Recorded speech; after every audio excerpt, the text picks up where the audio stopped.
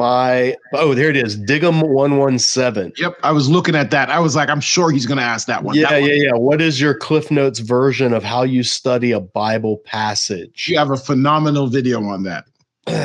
There's a lot to say. So Cliff Notes version. If I'm going to study a passage, first I have to know the book that the passage is in. So if it's a book I'm less familiar with, then I'm gonna read through the book like all the way, or at least get a working knowledge of. If it's a big book like Jeremiah, I'm not going to sit down and read through all of Jeremiah, but I will read the section at least that the passage is in, so that I have the context of, okay, this is what's going on at the time. Then what I'll do, I because I have ability to work with the languages, I will always look at if it's Hebrew Bible or Greek New Testament. If it's a passage in the Hebrew Bible, I will look at the Hebrew passage. I'll do a rough thumbnail translation just so I can see how I want to know what words are being used in the text, because they may be important and that importance may not come out necessarily in English. And then I'll compare it to the Septuagint. I'll say, how did the Septuagint translate this Hebrew passage? Now, if it's New Testament, it's a lot easier. I don't even have to do the Hebrew. I just write to the Greek New Testament. But I'll do that, and I'll look for those key words or key concepts that may jump out. And then once I can state what the passage is saying, like in my own words, I can say this is what it's saying, then I'll start to do some digging. So if there's a word, I'm like, why did they use this verb for, to describe this? This is not the typical verb for whatever. Then I'll get a lexicon and I'll do a word study, not a super deep one, but I'll kind of say, okay, how is this word used elsewhere in Scripture? And I'll do the contextual ring. So like if it's a passage in Romans, I'll say, okay, how does Romans use the word? And then I'll say, okay, now let's jump out to Paul's writings in general. How does Paul use this word in his other writings? Then how does the New Testament authors other than Paul use this word?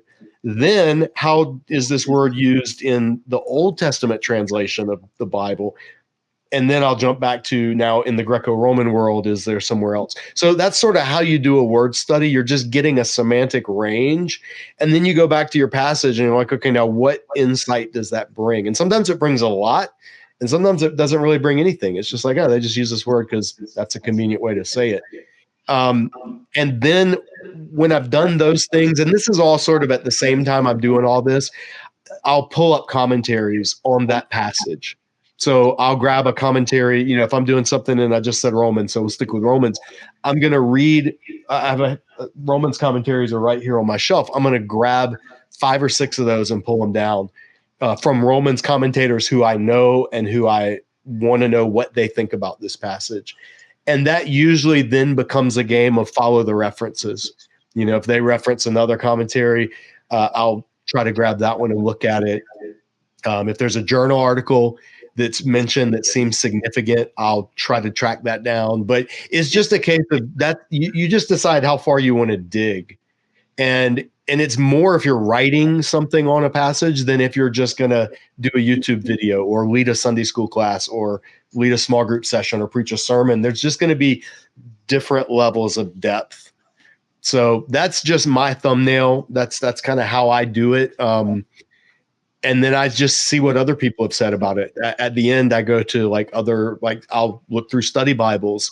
I'll look through more popular level sources if somebody's written on it. But that's the process. It's not glamorous. There's nothing super secretive.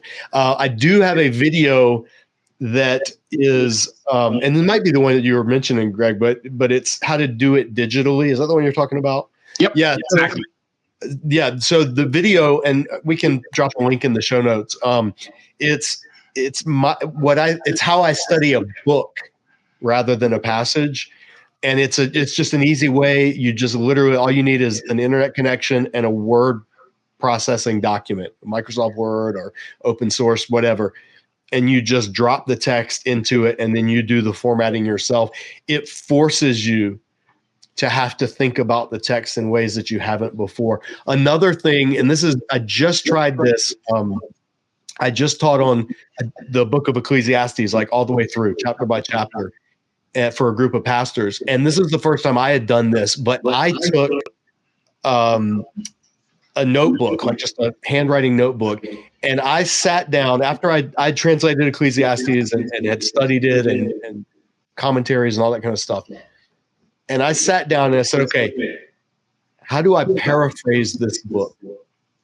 And I did that in my notebook. I just paraphrased Ecclesiastes. So I didn't repeat it. I didn't write it out. I just literally rephrased it in my own understanding so that I could trace the flow of thought in the book, because it's a very difficult book to follow along.